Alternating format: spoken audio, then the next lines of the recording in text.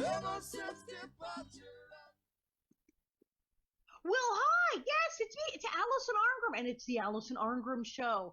Yes. Now, some of you may possibly recognize me as evil Nellie Olson from Little House on the Prairie. But tonight I'm Allison Arngrim, and it's the Allison Arngrim Show. And here on the Allison Arngrim Show, we talk about things that make you feel good. The movies, the television shows that made us feel good, and the people who made them, and people who are doing things now to make the world a better and more interesting place. And I'm always excited when I have someone I know on, but this guy, you love this guy. Some of you don't even know that you love this guy. You love this guy. If you're a Prairie fan, you are crazy about this guy. Yes, those of you who watch my readings, where I've been reading the Little House books, I read some of his books. Bill Anderson, or William Anderson, when he's being very official, is a brilliant author and historian, and he didn't set out to be like the Laura guy, but he wrote a book about the real life of Laura Ingalls Wilder for HarperCollins, and man, did it catch on, and he wound up cranking out them Laura books, and just one after another, and yep, I've read them here, and they're great. They're so good that, boy, you get tied into Laura Ingalls Wilder. You write some about Laura, you will never hear the end of it, and he hasn't, even though he's written dozens of other things and has a whole new book about a whole new thing, and you are going to love him madly. Ladies and gentlemen, Bill Anderson. Thank you, Allison. We have talked about doing this show for I don't know how long, and here we are. I've been trying to get you on here. And I've watched you, and I've heard you read my books. I was never more honored when you read some of my books cover to cover last year. Thank you. Thank you again. They're readable. I mean, that's the thing is okay, Laura Ingalls Wilder, obviously the most written about person ever, the American author. Everyone writes about Laura. Everyone's written about Laura, wanted to be Laura. We had a whole TV show about Laura. Her daughter wrote about her. I mean, the endless Laura, the machine of Laura Ingalls Wilder that exists in writing. Extensions of the books about the books about her, books about her daughter. So there's a lot out there. And more to come. And more Not to come. by me, but more to come. It's never ending. And some of them can be quite dry and historical. Some of them, well, this is very correct. Okay, and then even Pioneer Girl, which was her original own autobiography that she wrote before the Little House books. And of course, everybody went, nah, we're not going to buy that. So she went, I guess it's children's stories then, and Little House in the Big Woods. But you try to read that, and it's got footnotes, and it's like, wow, yeah, this is going to take a while. And it's slow going. And that's why it's like her books are great, but the Prairie. So there's books about her that are just very dry, historic, sort of, scholarly. Term papers. They're very scholarly. Right. But lots of professors have written about them. And you are scholarly, but when you write, you're readable. You're talking to someone. You can actually read your books and not feel like you're doing homework. Well, I always remind people the Wilder books were written for children, published by HarperCollins Children's Department. HarperCollins Children's Department published most of my books, so I assumed the intended audience were kids that heard the books in school, loved them, and wanted to know a little bit more. So that's the audience that I wrote for, but I actually think maybe more adults have read my books than the kids. Or equal. I think so. I mean, I think, yes, in some schools they probably say, well, boys and girls, let's knuckle down and learn about the real Laura. But right. Yeah, no, because you come to the events, and on the one hand you say, well, I don't want to be just the Laura guy, but you come to all the events. You've been to everything in DeSmet and Walnut Grove and Mansfield. You've been to all the Little House places, so they see you as, well, we can't get Laura's autograph, but we can get his. Ditto with you. We just were in South Dakota, both of us, in DeSmet and in Keystone last month, and we had a great time. No, mid to late July. Yeah. We had a great time. It's always fun to meet in these places, see cast members, and it's just like a reunion seeing you guys and gals. And you've become part of it. I mean, you're always like, we have a cast of Little House. Oh, and Bill's here too. Oh, okay. It's like you're part of the Little House gang. I love it. I did visit. Do you have people who think you're related to Laura because of the books? It's like, well, we don't have, Rose isn't here anymore, and there's no direct. Are they kind of like, you are the Laura, like as if you were related to her? Is that like a thing? Well, I quash that because it's not true, and there is no blood relative of the immediate Ingalls or Wilder family still alive. Rose Wilder Lane was the last, Laura Ingalls' daughter. And I just happened to be immersed in this because I've been asked to do so many books and did all this research, met people that knew them. So I feel almost as if they're my own ancestors because I know more about them than I know about my ancestors. Now, so it's not a bad thing to be involved in. In real life, you teach English and writing. This is your real job. Well, I taught U.S. history. When all the coaches finally retired, then I moved into social studies and U.S. history. But before that, I taught American Lit and composition and journalism.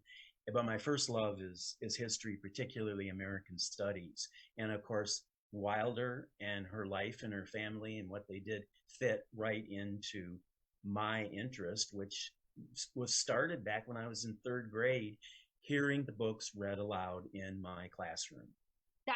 I think that's where it starts. I mean, now, of course, I'm crazy. As you know, I didn't read the books until after I got the show. It's terrible, terrible. I was like 12, got through, I was like, Laura, who? I was completely clueless. Your teachers would have caught you up somewhere along the line, I'm sure. Right, eventually it would have come up. And so I ran out and got them. And they are fascinating. It's amazing how many people think that the books, even though they're in the historical fiction section of the library and the stores and their kids' books, people go, no, this is her real life. I mean, the show said this is real. And it's like, yeah, she kind of messed with the timeline, and like she just kind of said she didn't like what happened in Baroque, so she just said that didn't happen. Forget it. Just like she jumped over things. She went, in writing push delete on that.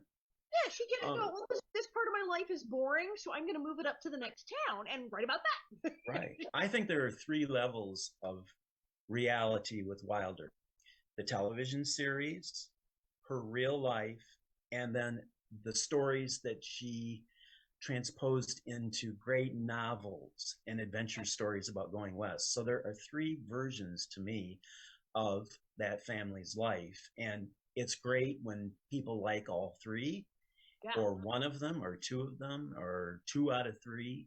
And we certainly know from meeting so many of these fans, they are some of the nicest people around.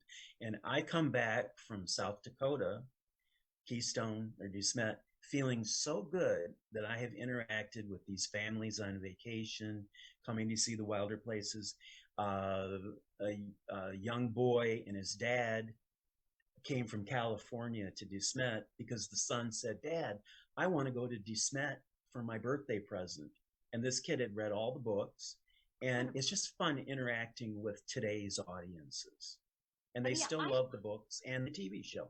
I like all 3, and I love seeing how they're different and the same. And I, of course, I always like to remind people sometimes there were things that happened because there's different in the real life that didn't make it into the books and then weirdly made it into the TV show. Yes. They said, well, there's so many things in the books that didn't get in the show, and you guys made up a bunch of stuff that is in the books. Yeah, and then we'd sneak around the corner and sneak something in from a real life, like when in the show we moved to Winoka, a completely made up place. But it was sort of the Baroque stories, like of the hotel Baroque. I was like, we said, let's pretend we know what happened in Baroque that she didn't write about. Right. And then Kent McCrae, way back when the show was in its high esteem, he wrote me and asked me for copies. I first started out writing this series of booklets for the museums because there was nothing factual. You wrote pamphlets. You wrote pamphlets about Laura. Like small books, the story of the Ingalls family. And Kent said, would you mind sending those to us? And then I saw where they had plucked little bits and pieces out and put them into the scripts. And I thought, how cool. Well, we snuck in the baby when the Ingalls lose their boy. Right. She did not. I mean, obviously, having her little brother die, it was hugely traumatic for the whole family. So she didn't talk about it in the children's books, or this for children. I'm not going to leave that part out. So we snuck it back in, and suddenly Charles Frederick Ingalls exists and dies in the series, like in real life. Now, of course, she did not run away from home and apparently cross 3 states to find a mountain because Minnesota's flat. And where would she have gone? ran all the way to Colorado or something and climbed a mountain and met Ernest Borgnine, who was apparently gone. It was very complicated, but so that part we didn't have. But we stuck things in the show that were from the real life. So it's like layer, then layer. Her life is just getting to be an amalgamation of a lot of different spins. And that's okay because people are free to look at all the facts and the dry scholarly things and the books that are written for children. And they still love watching the TV series. So it's all good. Well, it's just all a good thing. Facebook just the other day said, "Oh, it's like the Marvel characters. It's canon. There's canon." It's like, right. which Star Wars timeline are you following? I was like, right. And Allison, now, I have to start this. How did you start this? What was the first thing you wrote about Laura? Because you were writing like brochures. Okay, this is very briefly. American kids across America since the 30s, when those books first appeared, and on into the 40s and 50s and 60s, they were adopted as part of the curriculum in elementary schools. And I particularly know that teachers loved them so much and felt they were good cross-curricular learning because they were history, they were literature, there was music in it, there was pioneer stories. They read those books unfailingly to their elementary students. And the projects we did in connection with those books were epic. We'd draw maps, we'd make illustrations. Of course, it was a great day when we churned butter and had cornbread. Big day. We learned some of the songs, and that exposure to that history got me interested in history and the frontier and the West, and particularly through the lens of Wilder and her stories. So, as you know, the books end with Laura and Almanzo happily married, and boom, it's over with. Well, I wanted to know what happened next to them because I knew they were real people. And I went to the World Book Encyclopedia, just a skinny little article about Wilder. Well, she was dead, so I couldn't write her a fan letter. And we had an assignment in language arts to write to an author. Well, the World Book had said Laura Almanzo had one daughter, author Rose Wilder Lane, 1886 / meaning she was still alive. So I wrote to Rose for my author and asked her all these questions. And I got a typed letter back from the great Rose Wilder Lane. Wow. Do you know how many fans would just like literally fall down unconscious? Like, I don't feel old enough to have gotten letters from Rose Wilder Lane, but I was very young at the time. I mean, she's been dead for what? I don't know, 40 some years, 50 years. I guess, but Laura lived to what, the 50s? It's 57, yeah. And Rose 57. Lived to when? So it's 1968. And so I corresponded with her for about 2 years, and I got a letter from her not too long before she died. And she answered a lot of my kid questions about what happened next. And then she was always promoting the family home in Mansfield, Missouri, which she supported because it was a museum. And she closed her first letter to me by saying, I hope you can go visit our home on Rocky Ridge Farm. You can see things like Pa's Fiddle and blah, blah, blah. And I was amused when I read other people's letters. She closed in the same way. So she was doing PR for that fledgling museum. Yeah. And Rose knew about promotion and all kinds of things. She was a very savvy woman, as well as being a writer and political activist and on and on and on. So get back to my story.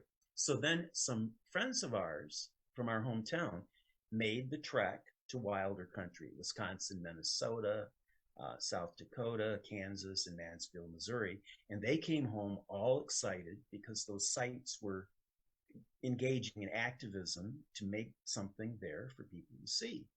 So they said, you need to write to Aubrey Sherwood, the editor of the DeSmet News. He knew the family. Yeah, right. He was the nephew of Genevieve Masters. That's how close his family was with the Ingalls. You don't know. They loved the Ingalls and evil Genevieve. Genevieve, the real Nellie Olson. The antagonist. Character was based on three people actually. Nellie Owens of Walnut Grove, but also Stella Gilbert and Genevieve Right. Astor. That's more than a split personality. She was a bit snippy. The three faces Yeah. of Genevieve was a little snitty pants. So so this guy, he was related. Yeah. In reality, Aubrey's family, the Masters, and the Ingalls family were the best of friends. They were very good friends. And I think that business between Laura and Genevieve and Nellie and Stella Gilbert, those were just middle school and high school girl sparring. They were jealous of each other's boyfriends. They were jealous of each other's clothes. They just didn't get along. And as a teacher, I saw that happen a lot. Oh, hi. You like girls, junior high? Yeah, I was there. Hello. Mean cheerleaders. If the cheerleaders are against the coach, that is the most mean attitude you can witness. So anyway, I wrote to Aubrey, and then the Lichties, who were friends of the Wilders, had a lot to do with starting the preservation of the Wilder home in Mansfield, Missouri. After I had visited there and we became acquainted, they asked me one time, would you please write us a little booklet giving all the birth dates and death dates and where the Ingallses and Wilders went after the books ended, and just sort of fill in. Because when we're giving tours through the Wilder home, we just get barraged with all these questions. And if we had a pamphlet or a booklet, that would make it so much easier on us. So I went to work, I think I was in 8th or 9th grade, and wrote up this short... You're in 8th grade when this is happening. You're like, yes, I can write a pamphlet. I can write a brochure. You're talking to the editor of the paper and going, yes, I can write a brochure for your museum. You're what, 13? 14 or 15, around in there. I'll have to look those up if I can find them. But anyway, Rose Wilder Lane had a lot to do with those because I sent my little manuscript to her and she vetted it and made some suggestions. So I felt, in retrospect, many years later, wow, Guy, you were edited by Rose Wilder Lane. Who can say they did this? Who can say, right? I know, it's just so cool. I look back and I think I encountered some of the most amazing, worthwhile, wonderful people through the Wilder connection. And I feel so enriched by knowing these people. And then as the years went by, I wrote a whole series of booklets for the museum in Mansfield. And then finally, Ob Sherwood said to me when I was in college, I think my first year, he said, would you be willing to come out here and help us give tours this summer? And we have a lot to do. They had just purchased the Ingalls home. And I said, wow, that beats flipping burgers at McDonald's for a summer job. I could mow lawns, wash cars, or give tours of the Laura Museum. So I went there the first summer, had a wonderful time, added what I knew and helped them, I know I did. And I loved it so much that I went every summer through undergrad. And then when I started in grad school, I went a few more summers. And then when I started teaching... If there was anything left you didn't already know about Laura Ingalls from your previous study, you were living in the museum practically. So yes, you got filled in. And one of my jobs was to collect all the original artifacts that we had leads on. So I was able to really enrich and begin the huge collection of over 2,000 original artifacts that are in the museum in DeSmet today. And that was really exciting stuff. And I enjoyed meeting all the tourists. They came from all over the world. And after the show was well entrenched, man, our visitation just skyrocketed. Well, people went bananas. I mean, I talked to even in Walnut Grove, which doesn't even have as much as her stuff as they have in DeSmet. Some of her things. They said because the show wound up getting set in Walnut Grove, which at one time was a huge, like, jealous bone of contention. Like, they lived longer in DeSmet. Yes, but the show's in Walnut Grove. They were only there 2 years. But because it was at Walnut Grove, the people in Walnut Grove, it's a tiny, tiny town. And you and I have been out there. Remember, we once stayed in a bed and breakfast. That bed and breakfast town on the Prairie. And there was nobody there. Made up ghost stories at 2 a.m. and all that. Are we in a ghost? There's like nobody here. There's nobody here. There's no murder on the Prairie. It's like, we're going to be murdered in this B&B. There's no one here. But it was very spooky. that's the thing that's happened to in a lot of places in America, the very small towns. The railroad went somewhere else, there's less and less people. Yes. So in the 70s, it was, as we know, there was a big recession and factories were closing and everything was just kind of awful. So here's Walnut Grove sitting there in the middle of nowhere in Minnesota, getting a small number of people who are fans of the books and kind of going, I hope we're going to make it, like, through this recession. Show comes on. They said they went out in the street honking their horns like it was New Year's Eve and screaming. I know. And they said, and about a week later, we see like out of a movie, the cloud of dust. It's the tour buses. And they said it was just bananas. They said the tour buses just started coming down the highway like in a convoy. And they're like, who are all these people? So, yeah, all of these museums, all of these historic sites that were getting hardcore literary folk, lovers of the books, a trickle, school field trips. Yes. We're suddenly inundated with people from all over the world. And Walnut Grove responded nobly. And Mr. and Mrs. Grove, who owned the property where Plum Creek was, where the dugout, where the Ingalls family were, they had a modest little sign there, and they were used to people driving back. And they said, go look at Plum Creek and so on. And then they would sell them a pencil or give them a postcard or something. But one day they came home from church and there were several tourist cars parked. They had just walked into the old farmhouse of the Gordons and thought that was what they should be seeing. You don't lock the doors. So, right, because who's going to come? Suddenly there's like a busload of people like looking at the kitchen going, hey, this is very lovely. Yeah, I wonder if Ma cooked on that stove, So the Gordons went to the town fathers or whoever it was, I don't know if they had a chamber of commerce. They said, we really need some help. We need some kind of an information center in Walnut Grove. And that's how it all got started in Walnut. And now if you go, even though, the Saudi, the famous Saudi, has sunk deep, deep into the earth, then to the ground, but it's all in the ground, really. And there's a big old sign, and you go, this is where it is. And when you look at it, you go, yes, here's the trees, and here's the creek and the thing. And they planted that field with like wildflowers Laura would have picked. Like this is what was growing there at the time. Gorgeous stuff. And then what they're doing out in Mansfield, they're talking about replanting like Almanzo's apple orchard at some point. Oh, it's thriving. We have the orchard going. They do it. They got the orchard going already. Yeah. And there have been 2 museums there. First next to the old farmhouse, which we didn't like because it kind of spoiled the ambience. But that was torn down this summer because we have a beautiful state-of-the-art museum nearby for all the hundreds of artifacts. It's everything. So yeah, it's become an industry. It's become huge. It is. And you have been massively identified with it. Sometimes it's like Bill Anderson. He knew Laura. It's like he was not there. That old. He's 100 years old. It's like that. But you've written other things. You've written. You just let's put it this way. When we were in Keystone, you had a thing about Mount Rushmore. It was like you had the book Emma's for Mount Rushmore. Emma's for Rushmore.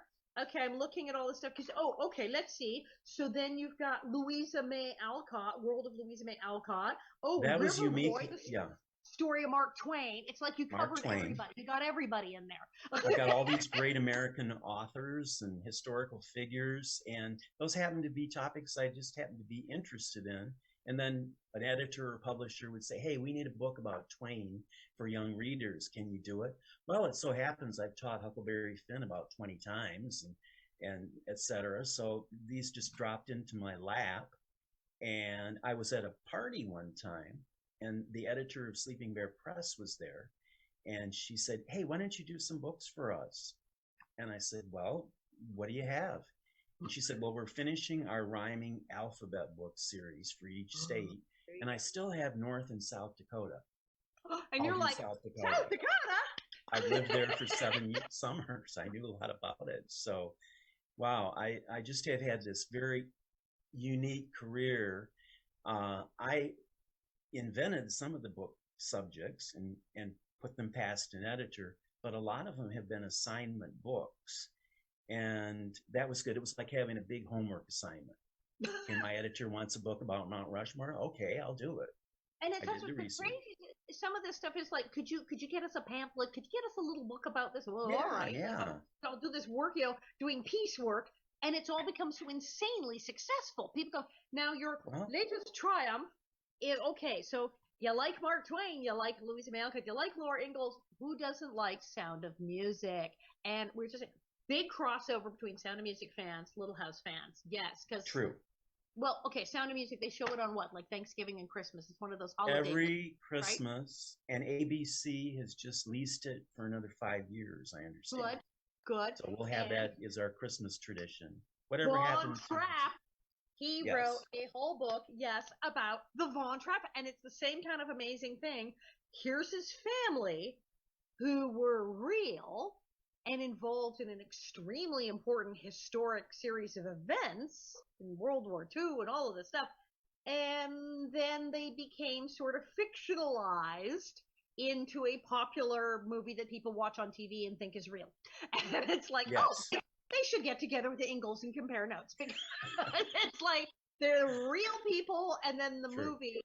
And we're just saying, I said, I don't think that they really made little outfits out of the draperies for their performance with the curtains with the little green outfits. I don't think that's happening. And you're like, no, she couldn't even sew. The original family sometimes just roll in the aisles when they cite some of these fictional things that never happened. But the one topic that they really felt badly about is they had the most wonderful, loving, stay-at-home dad, Captain Von Trapp, so nurturing, and he was not a bit the way he was portrayed in the Broadway musical. Movie. In the movie, he's sort of uptight and cut off, and still grieving. Cold. So this fabulous wacky nun and babysitter comes in and opens up his manic pixie girl, the original manic pixie girl love affair problem, and she takes his whole life. But actually, he was fun too. He was a really fun, loving guy. He was great.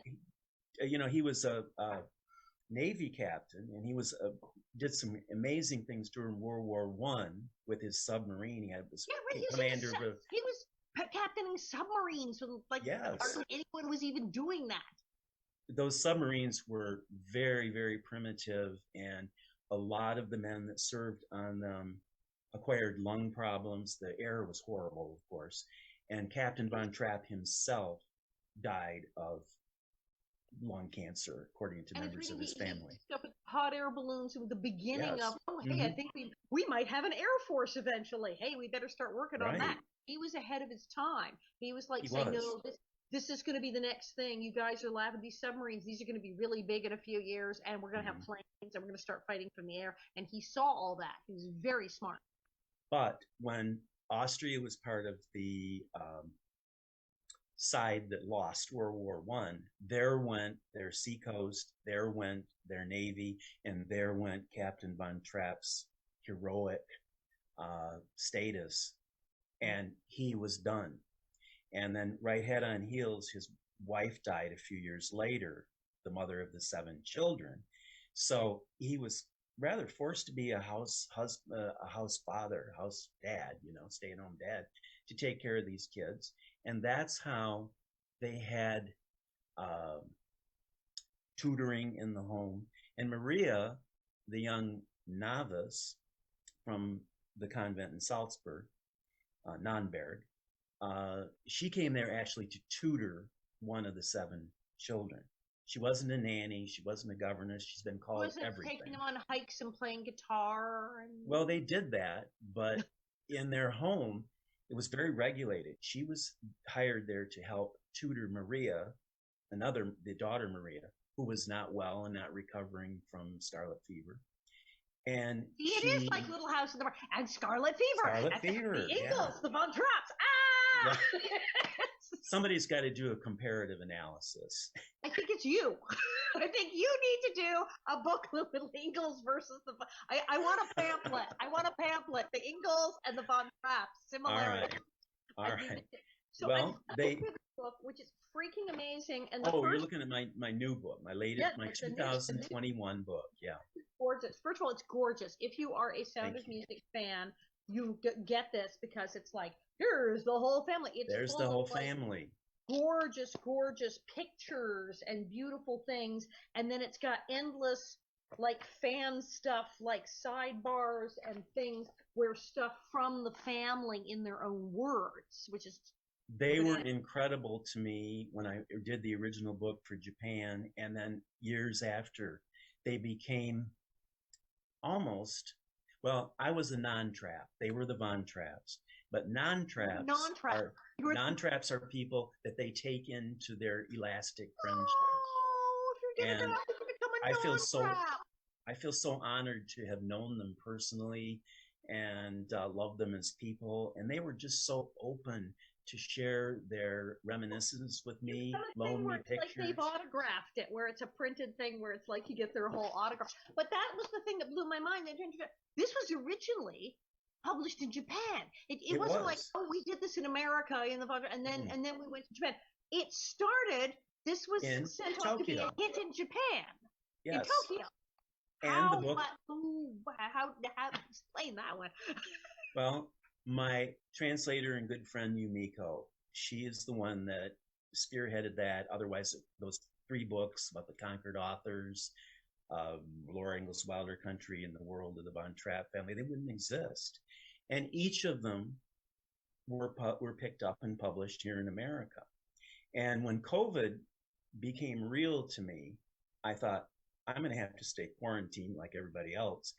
And I thought, I need a project or I'm going to go bonkers here in this house. You can only clean out drawers. Right? Like me reading the book. Like right. You did that as well. You can only clean out drawers and closets that long. And I thought, I looked at the Von Trapp book and I thought, it's getting kind of dated because it came out in the 90s, I think, in Japan.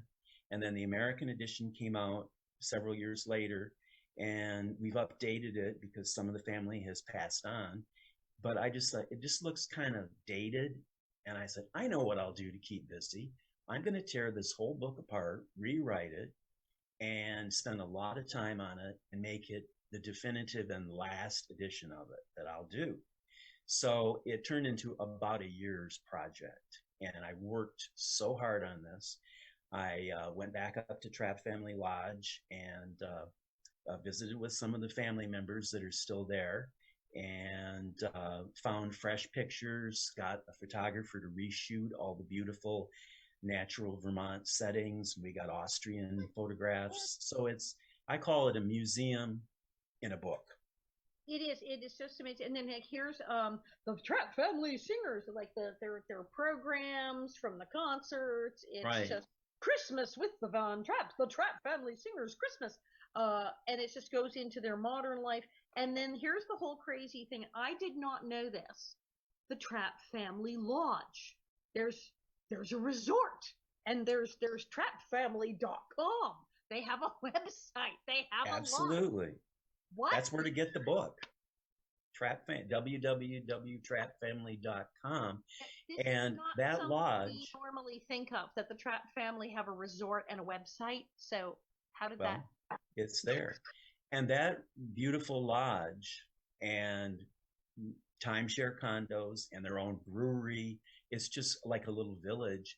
That is on the site of an old Vermont farmhouse that they purchased in the 40s because they needed an American home, because they were on tour for months upon months, but they needed a place to be in the summer. So they bought this rundown farm and built it up themselves, built this beautiful lodge. And that is now sort of a memorial to their immigration and their contributions that they made here in America. Not so many people remember that they were a major concert attraction for over 20 years. And they went on these exhausting... They go, oh, they sang and then they climbed the Alps. Yeah. And they never sang... I love it. A little of Austria, a lot of Vermont. And the Trapp Family Singers never sang any of the songs of The Sound of Music because the movie and the play came after they had stepped off the stage. Right. Because they had toured in 30 countries, and the kids were getting to the point where they had children of their own, they were married, they wanted their own careers. So they finally just decided after a 6-month tour in the Pacific and the South Seas and Australia that this is it. And then they gave a farewell tour. And then came the Broadway musical with Mary Martin and Theodore Bikel. And then came the movie. So no Sound of Music songs from them. We're saying goodbye. No, that's it. No. No. They would have sung on stage Baroque music and old time. They sang real stuff. They didn't sing the hokey dopey little songs because they sing cute little songs in the movie, and you kind of wonder how they were like a major act. But no, they sang real stuff in real life. They were a concert attraction, but they sang Austrian folk songs and international folk songs and to lighten it up. But the first part was quite serious classical music, and they rehearsed and rehearsed. And then now Maria, our the fabulous the nun novice tutor, how much of that is? I mean, that's obviously not like that. She said she didn't sew, so she didn't make them the costumes. They went to the store. She was not domestic. She was not domestic at all. So all that like the little domestic stuff. She was very musical, and she was a born leader. And where the captain was a member of the aristocracy and the Navy and so on, he was a little bit edgy about his family, his girls, his sons up on stage in public. It just wasn't for their element of society. But he lost his money during the Depression, and singing publicly was more or less a way for them to make a living now. And then he didn't set out to be a stage father. In a way, he was good. He's like, I don't know if I want my kids in show business. He was. Like, he didn't, but then he became most supportive, and for an ex-Navy man to be a backstage manager and supportive of all this touring, he did a magnificent job, according to his children. And then, of course, when Hitler and the Nazis invaded Austria, the Von Trapps were on a list likely to go to Dachau, because Captain Von Trapp did disdain putting up the Nazi flag on their villa. Well, that part's true. The part where he said, I am not doing this Nazi That's very thing. true. You can keep your Hitler and your swastikas, not happening in my house. They were known to be anti-Nazis, and they were being watched by the Gestapo, and they were offered to sing on the radio from Austria in honor of Hitler's birthday, and they said no way. So they got some very, very close calls. We're having a Hitler birthday party. Do you want to come to the Hitler birthday party? He felt he deserved it, I'm sure. And the Nazis thought the Von Trapps would be a real good promotion. Well, if these people are for us, if they're supportive of us, that will, make others feel the Nazis are good people. Family, the perfect, good-looking, talented, lovely, exactly. With lots of children. Yes, this will be like the poster child for this. These will be a great press op if we get them singing for it. So they must have been really, really angry when he said not happening. It was not a good move for their safety. However, everything worked out well because they were offered a concert tour in America.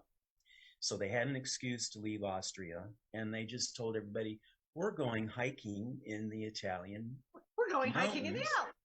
And they sort of climb every mountain. So they went to Italy, took a boat to London, and then sailed to New York City and plunked down in Manhattan and started giving concerts in America. So it's a classic American immigration story. Started out. They didn't actually walk out of Austria. They didn't just in their concert clothes. They got on the train. They didn't have the nun take the distributor cap off the car. No, that's such a good story, ran out the back and hiked up the hill.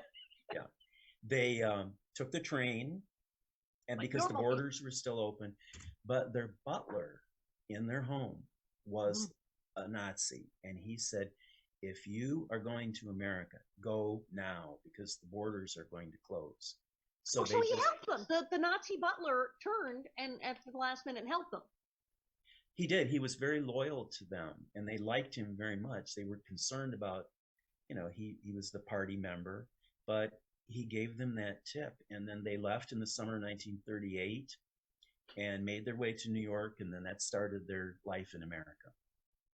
Well, that makes more sense than okay, we're all going to just walk on out of here. That basically, I wonder where were they going? But they convinced them. They said, "Oh yeah, we're totally coming back." It was like they defected. Basically, they went on tour and they just didn't come home.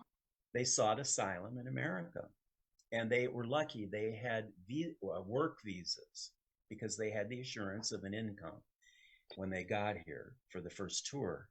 And at that time, America was very disdainful of Germanic people or anybody immigrating into our country. We were so America first and fearing another war. We didn't want foreign people coming into the USA. So the Trapps had to surmount that, but they were such a magnetic and lovable group on the stage and off stage that they made a lot of American friends and followers who helped them along. They would find them a house and say, here, live in this place when you're not on tour. And America was very good to them, as we have been to many of our immigrants that needed asylum. So they were embraced by America. So it's good because, at that time period, it could have been like, well, hey, we're going to war with these people. Which side are you on? Who are these crazy Austrians with it? Right. But they endeared themselves. So people went, oh, right, these guys are against Hitler and they've escaped. And so they would have become like a great American immigrant story, like a selling story. It fits so much into what we think of as a classic American immigration story. And I enhanced a lot of that in my rewrite of the book, and I did research on what was the feeling in America, as far as immigration was, and I was quite shocked at how hostile that many Americans were to foreign people coming. I mean, we have this today, this very day. They were. I mean, people from Europe were like, oh, Italians. Yeah, especially people that spoke German. Right. We have an episode of Little House on the Prairie about that, That was all about the German family and Mrs. Olsen giving them a hard time because they're German. That was a whole episode. Right. There is a paragraph here, one of the sidebars here, Indomitable Maria. And talks about here, they said the Von Trapp family gives Maria great credit for forging ahead with plans and provisions to escape from the Nazis. And Agatha says, Mother had the determination that helped get us out of Austria. And they say, oh, yeah, she was fun-loving and interested in seeing the world, but they said she was so organized. She was an extremely organized person, and she was really smart. And she had invited people to her house who'd been over there and had written a book about it. And she was the one who made sure they got a gig in the U.S., so they had an excuse to leave. She became the family leader. As Captain Von Trapp was the backstage dad and handled a lot of the things for them because they were performing so heavily. And then later when they moved to Vermont, he was interested in farming and building up a farm there, building the new house, the Austrian chalet.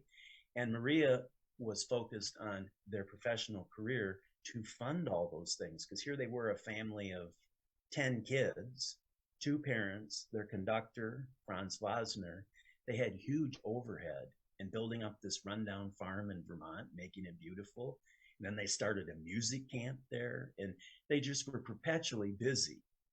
And Maria and the captain, I think they shared the duties, each participated with their best talents, but Maria was definitely the leader.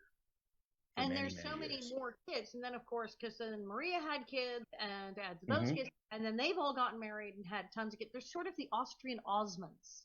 Well, I was going to say earlier, they were the precursors to the Osmonds and the King family and all kinds of other families. The Andrews, Name a Family Act. The Von Trapps are in that. Yep. And they've got multi-generational. Now, some of their kids, they also sing as well. There's some other singers, musically talented, come down. Yes. Elizabeth Von Trapp, who is the granddaughter of Georg Von Trapp, Captain Von Trapp, she's had a long musical career, and she still is performing and hopes to get back on the stage when COVID subsides. But she's been touring for, 25, 30 years. And then the great-grandchildren of the captain, the Von Trapp children, they toured with symphonies. They were in The Sound of Music in a stage production. They recorded with Pink Martini, and they had a long career, which it was fun for me to see this evolve, because I've known them since they were young kids. And then as they got into their 20s, they wanted to go to college. They wanted to have individual lives. And they kind of put an end to the singing that they did. They left when they were at the top, and now they're in private lives and doing their thing. Now, how did you all meet them? music. Because you talk about being Oh, out at the place in Vermont. How did you wind up like? Okay, so you were a how did I kid know? when you Right. wrote to the English. How on earth did you wind up becoming, as you said, a non-Trapp, one of the adopted extra family members? Well, the place my family went on vacation, I can't remember. I was in my early teens. We went to the Trapp Family Lodge, and that was a wonderful resort at that point as well as now. So we just loved that place. It's in the middle of the Green Mountains. Everything, the ambiance was so great. And then we kept going back there to Trapp Family Lodge. And I was interested in World War II and all kinds of history. And then in my middle school, Maria's book, The Story of the Trapp Family Singers, that was read as a classroom read. Yep. And that was when the movie was very, very known to everybody. Everybody went through that rite of passage. Parents took them to see The Sound of Music. So I read the book and I thought, what a fascinating story. And later, and I met different members of the family by being at the lodge, and they were so cordial. And then they had a terrible fire around 1980 that destroyed the historic original lodge, but they rebuilt with the current one. And by that time, I was doing a lot of magazine articles, particularly travel articles. And I got asked by a couple magazines to cover the opening of the new Trapp Family Lodge, which was a huge, huge event. So I got to go up there for 4 or 5 days, and I interviewed different members of the family and got to know them better. And I wrote a few articles. And I always like to say this to people that ask me, how do you get published? I realized in retrospect that some of the magazine articles that I wrote turned into books because I gave those articles to Yumiko in Japan. She took them to Curieto Publishers. They read the articles and they said, yeah, we want to do a book. We want to do the world of the Von Trapp family. So it's a good segue into book publishing. And I think I've done at least 100 magazine articles for many, many magazines here and abroad. And that was my first practice or apprenticeship in professional writing, which led to my writing books. Well, it's kind of like the Von Trapps. Like, okay, we're having an opening, an event at our historical site. Hey, we need a brochure. It's right, exactly. It's the Laura all over again, and then you got pulled into it. That was a star-studded event because the Von Trapps invited a lot of their friends, including Bob Hope's wife and Mary Martin, who had played Maria on Broadway, and people that had sung with them at different times. And it was a star-studded affair. And here I was actually meeting all these people. It was quite amazing. And then I went home and wrote the articles, and the rest is history. Well, I said I love all your stuff, but this is, yes, if you are a Sound of Music fan and you want to get the scoop on the actual Von Trapps, and then have the pictures from the movie, and it's like nope, not like that. Oh yeah, there's a chapter on the movie. That's necessary. The tour, all these gorgeous pictures, gorgeous, and then it's like, here's the family now, here's the lodge, here's like look, here's the older folks, here's the family, the real ones. Yeah. And it's just amazing. The captain's children, this one's going, we grew up. Like, that was one of my favorite. That was one of my favorite quotes that Eleanor, the youngest daughter, said. People still think when they come to the lodge we're still children, and they're in their 80s and early 90s now. Well, it's like everybody from Little House on the Prairie. If I hear, Millie has grown up, it's like, right. You don't look at it though. When you put that wig on, you're 1975 again. Yes. But it's so great. I think that what you do need to do a thing of, at some point, the Ingalls and the Von Trapps, the bizarre similarities of these real live people, these families who created something, Laura and her books and them and their music, their music, that were at a major historical time, the westward expansion and the Homestead movement, Act, Adolf Hitler and escaping from Nazi Germany, and somehow hit some kind of weird historical sweet spot impact that TV and movies got made, and now they're in everyone's head as these Absolutely. magical characters. Right. Right. It's so weird. And then you keep thinking, but yeah, look, there's these real people. And Well, it's kind of a mystique that, sometimes these rather dry historical things, or like the Civil War, it takes on a huge, huge spectrum when somebody like Ken Burns puts it on PBS. I mean, the Civil War has never been so popular. Forrest Gump made right? Forrest Gump made history popular. Right? Suddenly everyone wants to know. It's true. All right. Shockingly, we are out of time. I knew this was going to fly by. Where do people get hold of you? Would they want your books? They want this book. They want the Laura books. They want to know where to write to you. Where do they find? Well, all my books are readily available. They're published by HarperCollins. They're on Amazon. You can buy them by mail from the Little House sites. Look at all those websites. They all have museum stores. They're just all readily available. And the World of the Von Trapp family, you can get that from www.trappfamily.com. And I packaged that book for them. Now, that's one from Japan that did not make it with a major publisher because my publisher, Harper, said, oh, nobody's interested in that anymore. So I packaged it at the encouragement of Johannes von Trapp, who operate the Trapp Family Lodge, and it's just done well there with 1 or 2 or 3 venues selling it. It's marvelous. It's absolutely marvelous. And you're on Facebook and I'm on Facebook. William Anderson Author is my Facebook page, and I've got www.williamandersonbooks.com. So I'm out there. HarperCollins, you're everywhere. HarperCollins, every place that you are, I am. Just about. And then if you know that I'm going somewhere, if anyone sees that I'm going to be somewhere and it's in like Minnesota or South Dakota, he's probably going to be there too, sitting. Hopefully. We've crossed our trails so many times, and it's always been fun, Allison. And I'm so glad that we got to spend this time together. Finally, yes, thank you so much. All right, thank you. That was the brilliant Bill Anderson, and this is Allison Arngrim, and this was the Allison Arngrim Show. Bye-bye.